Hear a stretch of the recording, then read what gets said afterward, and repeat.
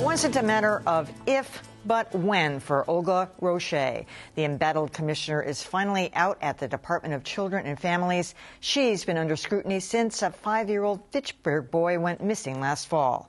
And when his body was discovered earlier this month, followed by the deaths of 2 infants under DCF supervision, the writing was on the wall.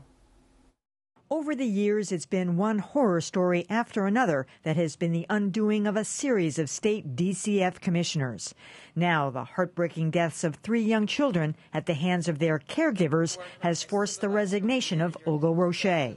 And while Governor Deval Patrick says it's not fair to blame leadership for the tragedies, he acknowledges the time had come. Commissioner Roche, as the Secretary said, had offered any number of times to step aside if she believed she was an impediment to the practical work of the agency. I don't believe she was, and I still don't. But I think it is impossible for her to do the job we've asked her to do in this environment. When 5-year-old Jeremiah Oliver went missing last fall, there were calls for Roche's resignation. When she offered to step down, the governor declined to accept. But with the discovery of Oliver's body earlier this month and the deaths of 2 infants under DCF care this weekend, the chorus of calls got louder. To me, this shows a total lack of mismanagement, and I think it's time for the commissioner to resign. Still, though, the governor contends while Roche is being held accountable, there are others at fault, including in the most recent case, where Grafton police failed to follow through with a phone call after faxing a child abuse report to DCF. Somebody in that agency read that fax and didn't deal with it. But the point is, no matter what's going on in that office, in today's environment, the focus is and has been on the commissioner. Meanwhile, the governor today appointed Erin Devaney as interim commissioner. Like commissioners before her, Delaney's fate lies in the hands of people who harm their children.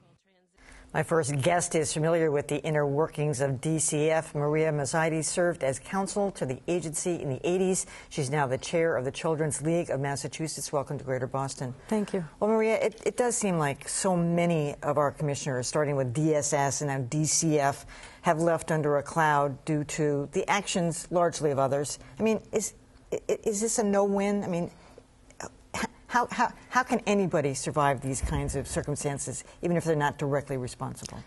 I think this is we've always talked about the commissioner of DCF being the worst job in state government.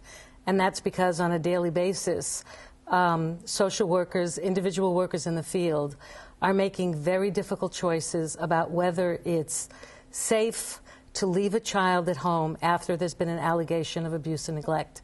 And those are very difficult clinical decisions.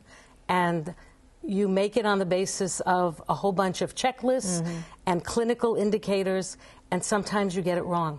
All right, I want to bring Bob Hedlund to the discussion. He's a Republican state senator representing parts of Plymouth and Norfolk counties. Well, Senator, I mean, is this a matter of optics?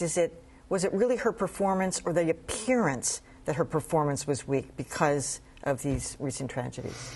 I think it's important that people like the governor and those of us in policy-making decisions in the legislature just look beyond some of the testimony that we've had on Beacon Hill that comes from the spin meisters, if you will, and comes from the commissioner level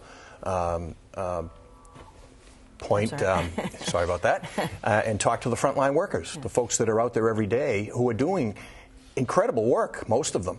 And I know you have. What kind of things do they tell you? It blows my mind to hear some of the stuff that I've heard from some of the frontline workers, and they talk about morale being as bad as it's been in decades. They talk about temporary management people that have been put in place that don't have a clue on how the structure of the agency is. So you've got someone now that's new to this process, and I don't know how that's going to work out. And that, I've heard some folks express frustration within the agency over that fact. There's a lot of talented people over there that need to be heard from in this process, and it isn't just about money. We're going to have a lot of discussion about money. Yeah. The House is debating the budget right now, and we're going to see the House get us almost to the high water mark we had in 2009. And when we do that, it's not going to be a question of money at that point. The caseloads, yes, they're a problem, but I think there is huge structural management problems. And I've heard from people that work there that said, you know what, the way the system is right now, even with a new commissioner, the management structure is set up to fail, and you're going to have, I heard people say, you're going to have more dead kids. Of course, but we are always going to have more dead kids. Nothing that any arm of government does is going to change that, right? Yes. I mean, I think one of the sort of challenges of the department is that it has an inconsistent mission, that they're supposed to protect children and at the same time preserve families. I think one of the things that the senator alludes is that you have 3,000 workers in the field, and those workers need to have an absolute clear understanding of what their priorities are. One of the issues that we always sort of talk about is that from a child's perspective, when they are removed from their home, there's a secondary level of trauma. So obviously, what the department wants to do, what we all want to have happen, is for this family that has problems to get their problems solved so that you don't have to remove a child from their home. But it's very hard, I think, for the frontline worker to often understand, because we do this pendulum swing between family preservation and sort of the removal of the children. But I look at people in government, like House Speaker Bob DeLeo, pointing fingers at Olga Roche. She didn't, kill any of those children, and that always seems to be the easy solution. Tell me what good it's going to do, one iota of good it's going to do to get rid of Olga Roche.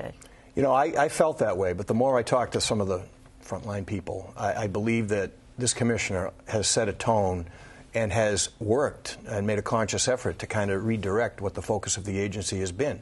I've had caseworkers tell me that they've tried, there's new language that's forthcoming in a lot of the memorandums and instructions and policies that state we're not a child protection agency, we are now a family service agency. So there's this tone that's been set.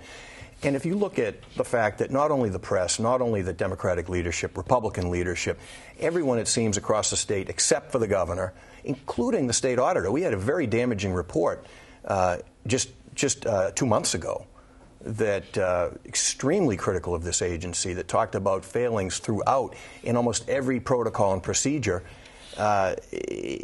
Someone ultimately has to be held accountable. And I wasn't one of those people that wanted to scalp and look for the cheap headline. I think that we needed to do some things to give more tools to the agency. But the more I hear, the more horrified I am at how bad things are internally there. And I think it reached the point where the Speaker and everyone else is right that she had to go. Now, I'm not sure this move is the right move, because, I think we've got a lot of temporary managers that need to be reviewed. People who've been put in place under this commissioner should all have a thorough review. I don't know if we're going to get that. All right. Senator Bob Hedlund, Maria Mercedes, thank you so much. Thank you.